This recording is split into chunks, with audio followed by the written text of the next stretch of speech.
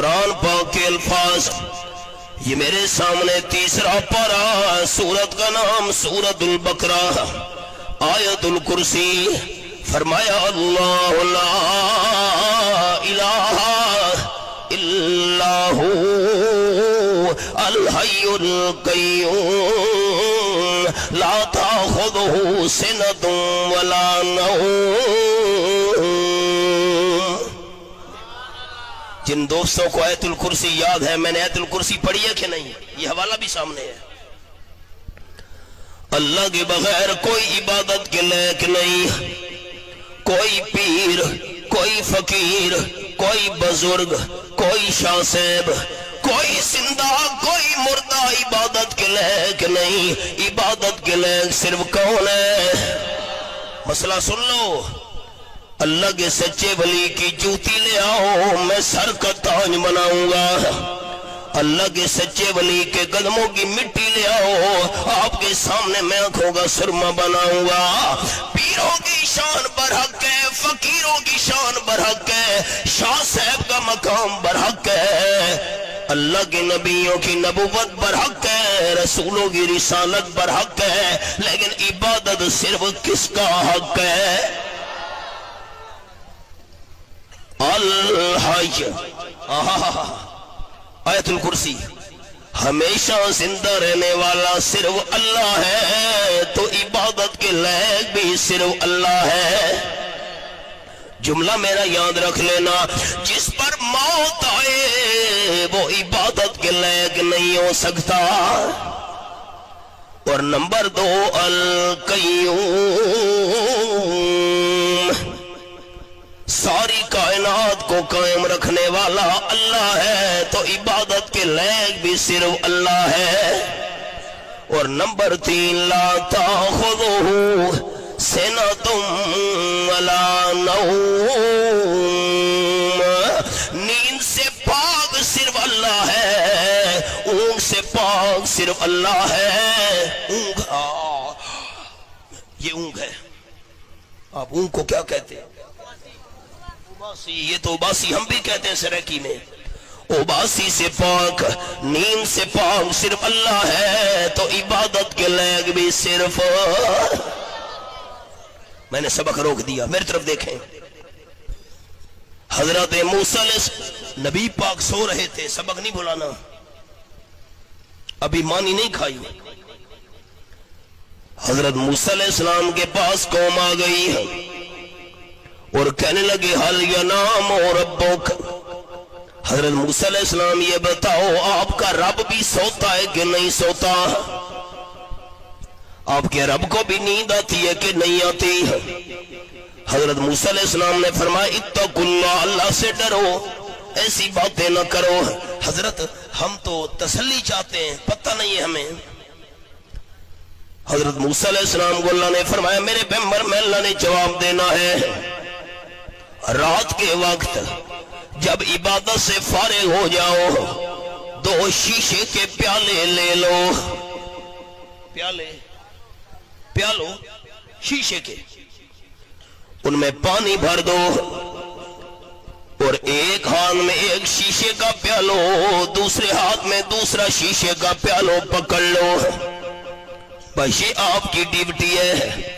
حضرت موسیٰ علیہ السلام نے رات کو عبادت کی، عبادت سے فارغ ہوئے ہیں، 2 شیشے کے پیالوں لے لیا، ان میں پانی ڈال دیا، ان کو ہاتھوں میں پکڑ لیا۔ اب پکڑ کر حضرت موسیٰ علیہ السلام کھڑے ہیں، تھک گئے ہیں، اوباسی آئی، نیند آنے لگی نا، پھر سنبھل گئے۔ کتنے تک؟ دوبارہ جب نیند آنے لگی ہے، بس تھوڑی سی اوباسی آئی، ہاتھ ہلا، فن کسر دلجاجتان، دونوں پیالے نیچے گر پڑے، پیالے ٹوٹ گئے، پانی زمین پہ گر گیا۔ اللہ نے فرمایا میرے پیارے پیغمبر جواب سمجھ آیا کہ نہیں آیا؟ اللہ کیسے؟ رب کائنات نے فرمایا میرے پیارے پیغمبر موسیٰ علیہ السلام آپ پر نیند آنے لگی، آپ دو شیشے کے پیالوں نہیں سنبھال سکے. اگر میں اللہ پر نیند آ گئی زمین و آسمان کو کون سنبھالے گا؟ اللہ نیند سے پاک ہے. آپ صلی اللہ علیہ وسلم سوئے ہوئے ہیں. حضرت عائشہ رضی اللہ تعالیٰ عنہ ساتھ بیٹھی ہے. تھوڑی دیر گزری پڑوسیوں کی بکری آ گئی حجرے میں. کوئی ہمارے والے پکے مکان تو تھے نہیں، کچا سا حجرہ، باہر ٹاٹ کا پردہ لٹکا ہوا تھا. بکری چلتی پھرتی حضرت عائشہ رضی اللہ تعالیٰ عنہ کے حجرے میں گھس گئی اور حضرت عائشہ کو سنبھلنے کا موقع ہی نہیں ملا. بکری نے وہ جو کی روٹی اٹھائی منہ میں اور بھاگ گئی. آپ کو سبق یاد ہے جو کی روٹیاں کتنی تھیں؟ ماشاءاللہ ماشاءاللہ. بکری گئی. حضرت عائشہ رضی اللہ تعالیٰ بیان کرتی ہیں میں بڑی پریشان ہوئی. ایک جو کی روٹی تھی آپ صلی اللہ علیہ وسلم کے لیے میں نے رکھی ہوئی تھی. یہ تو پڑوسیوں کی بکری آ گئی میرے حجرے میں، منہ میں روٹی اٹھائی بکری بھاگ گئی. آپ صلی اللہ علیہ وسلم کے سامنے کیا چیز پیش کروں گی؟ اللہ کریم کی قدرت. حضرت عائشہ پریشان بیٹھی ہے. آپ صلی اللہ علیہ وسلم کی آنکھ کھل گئی. آپ جاگے. آپ نے پوچھا خیال حضرت عائشہ رضی اللہ تعالیٰ نے یہ بتا کیوں پریشان ہو رہی ہو؟ کیا بات ہے؟ بھی تھوڑی دیر پہلے میں آیا کوئی پریشانی نہیں تھی، اب تو پریشان نظر آ رہی ہے. حضرت عائشہ اٹھی دروازے کی طرف جانے لگی. صبر صبر، کیا بات ہے؟ کدھر جا رہی ہو؟ پریشان کیوں ہو؟ حضرت عائشہ رضی اللہ تعالیٰ عنہ نے بتایا حضرت ایک جو کی روٹی میں نے آپ کے لیے تیار کی تھی اور گھر میں کوئی چیز نہیں تھی. آپ صلی اللہ علیہ وسلم آ کر سو گئے. پڑوسیوں کی بکری آ گئی ہے میرے حجرے میں. جو کی روٹی اٹھا کر بکری بھاگ گئی ہے. میں پتہ کرنے کے لیے جا رہی ہوں. دوستو جھگڑا ہی ختم ہو گیا. آپ صلی اللہ علیہ وسلم سوئے ہوئے ہیں. پڑوسیوں کی بکری آ کر جو کی روٹی منہ میں لے کر بھاگ گئی. سونے والے آمنہ کے لال صلی اللہ علیہ وسلم کو پتہ نہیں چلا.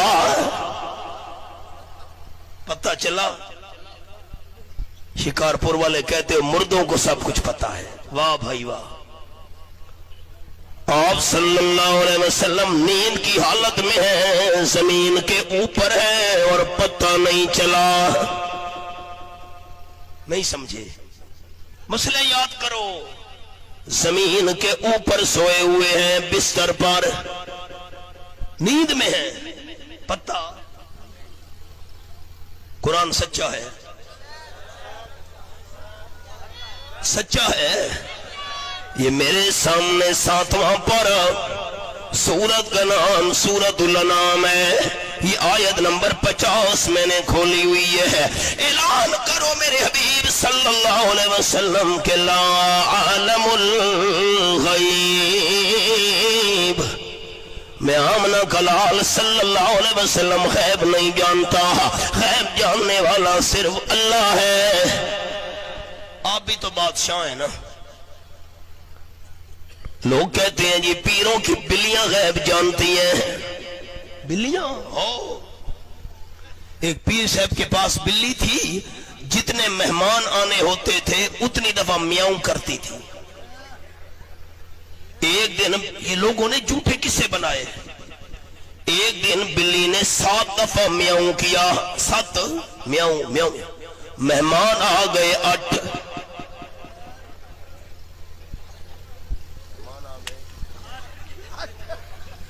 مریدوں نے کہا حضرت سائیں بلی سے کبھی غلطی نہیں ہوئی، آج 8 مہمان آئے ہیں 8. بلی نے 7 دفعہ میاؤں کیوں کی ہے؟ حضرت نے کہا پیر نے جھوٹے کسے. انہوں نے کہا بلی کو غلطی نہیں لگی، بلی نے ٹھیک 7 دفعہ میاؤں کرنی تھی، 7 دفعہ کی ہے. پتہ کرو 8واں مہمان وہاں بھی ہوگا. ہاں 8واں مور دین وہاں بھی ہوگا، اس لیے بلی نے میاؤں نہیں کی. جھوٹے کسے؟ کوا بیٹھا ہے دیوار پر، کہاں دیکھا ہے نا، کوا کہاں کر رہا ہے. میرے گھر میں مہمان آ رہے ہیں، اب کوا عالم الغیب ہے. واہ بھائی واہ. یہ میرے سامنے 20واں پارہ ہے، سورت کا نام ہے سورت النمل. رب العالمین کا قرآن میرے سامنے ہے. سوچو، دیکھو، لکھو، نوٹ کرو، مانا گھروں میں چیک کرو. فرمایا کلا یعلم من فی السماوات والارض الغیب الا اللہ.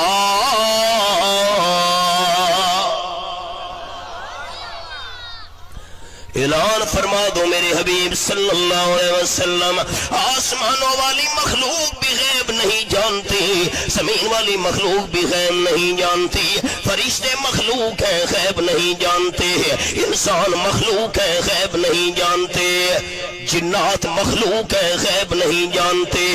اگر غیب کو جانتا ہے تو الا اللہ. عالم الغیب صرف کون ہے؟ منچر شاہ عالم الغیب. ڈر گئے ہو. منچر شاہ عالم الغیب. عالم الغیب صرف کون ہے؟ قرآن ہے. چوری ہو گئی، عامل کے پاس بندہ چلا گیا کہ میری چوری ہو گئی ہے، اب کیا کروں؟ اس نے کہا 5000 روپیہ لیا، میں جنوں سے پوچھ کر بتاؤں گا تیرا چور کون ہے. جنوں کو پتا ہے چوری کس نے کی ہے. جنوں کو عالم الغیب سمجھ کر چوری پوچھنے والا قرآن کا منکر بن کر کافر ہو جائے گا. مسئلہ سمجھ آیا؟ سارا دھوکہ ہے، خیال کرنا. کہتے ہیں کالا مرغا لے آؤ، کالا بکرا لے آؤ، اس کے خون سے میں حساب کروں گا. خون پلیت ہے، سمجھو. ذبح کرتے وقت جو خون نکلتا ہے وہ پلیت ہے، ناپاک ہے، حرام ہے. اللہ نے قرآن پاک میں فرما دیا. یہ میرے سامنے 6واں سپارہ اور سورت کا نام ہے سورت المائدہ. یہ میں نے سورت المائدہ کھولی ہوئی ہے اور آیت کا نمبر ہے 3. فرمایا حرمت علیکم المیتہ والدم. جو جانور خود بخود مر جائے وہ حرام ہے. بکری مر گئی، گائے مر گئی، حرام ہے. نمبر 2 والدم، ذبح کرتے وقت جو خون نکلتا ہے وہ بھی حرام ہے. عامل کہتا ہے خون سے حساب کروں گا، پلیت خون سے، حرام سے. یہ سارے اس کا مسئلہ ہے، یہ نہیں سمجھے آپ. ہاں بچن جی روزی، یہ کیا ہے؟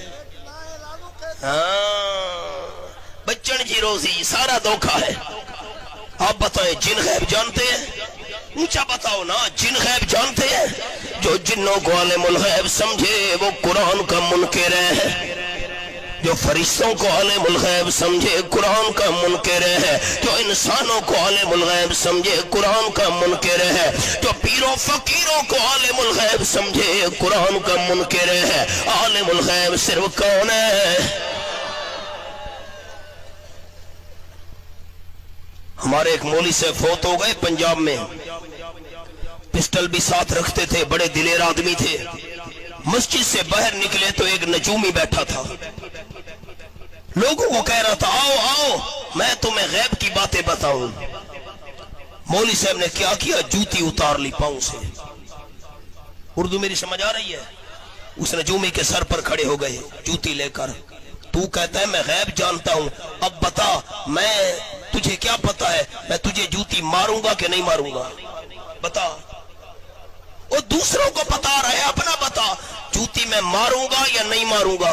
تیرا علم کیا کہتا ہے؟ مولوی صاحب اب معاف کر دو، میں یہاں نظر نہیں آؤں گا. اپنا پتا نہیں ہے اور دوسروں کو بتائے گا.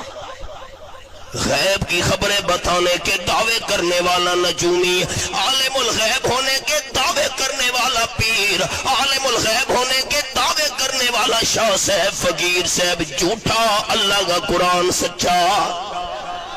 عالم الغیب صرف کون ہے؟ فرمایا وما یشعرون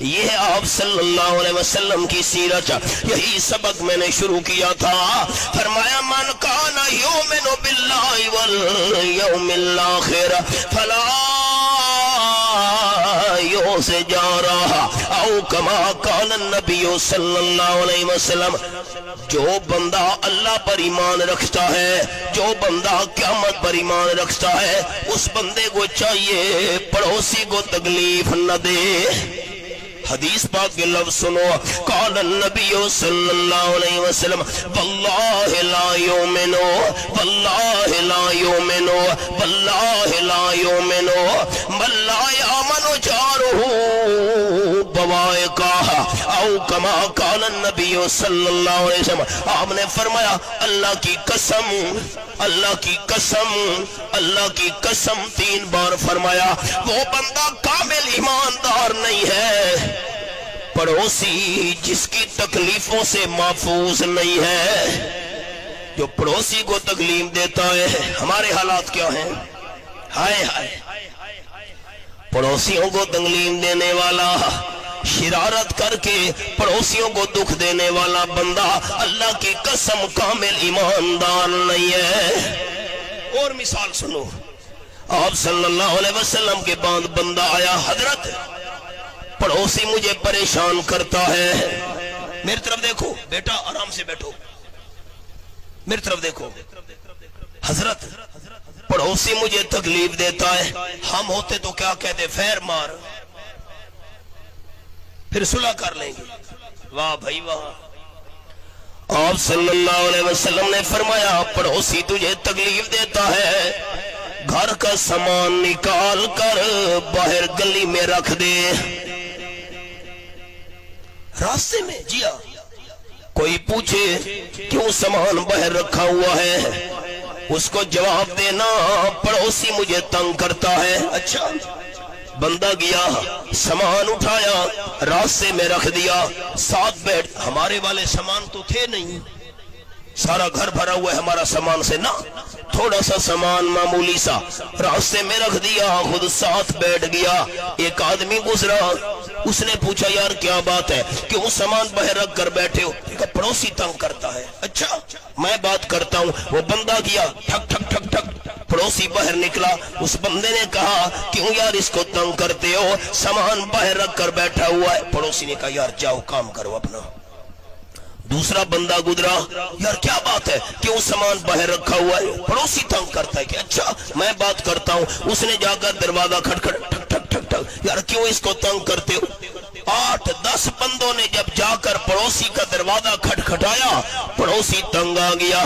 اس کے پاس آ کر منت کرنے لگا, اپنا سامان گھر میں رکھ, میں تجھے تنگ نہیں کروں گا. اس نے کہا میں گھر میں سامان رکھتا نہیں. اب وہ منت کر, نہیں جی اسے نہیں رکھوں گا. آپ صلی اللہ علیہ وسلم نے فرمایا سامان باہر رکھ کر بیٹھ جا. پڑوسی نے بہت زیادہ منت کی. اس نے آپ صلی اللہ علیہ وسلم کے بعد پیغام بھیجا, حضرت پڑوسی منت کر رہا ہے, وعدہ کر رہا ہے تنگ نہیں کروں گا. آپ صلی اللہ علیہ وسلم نے فرمایا ٹھیک ہے. سامان گھر میں رکھ دیا گیا. جتنے تک پڑوسی زندہ رہا اس بندے کو پریشان نہیں کیا. ایماندار ہونے کا پہلا تقاضا کہ انسان پڑوسی کو تکلیف نہ دے. 3 باتیں سنانی تھی, ایک بیان کر دی, زندگی باقی ملاقات.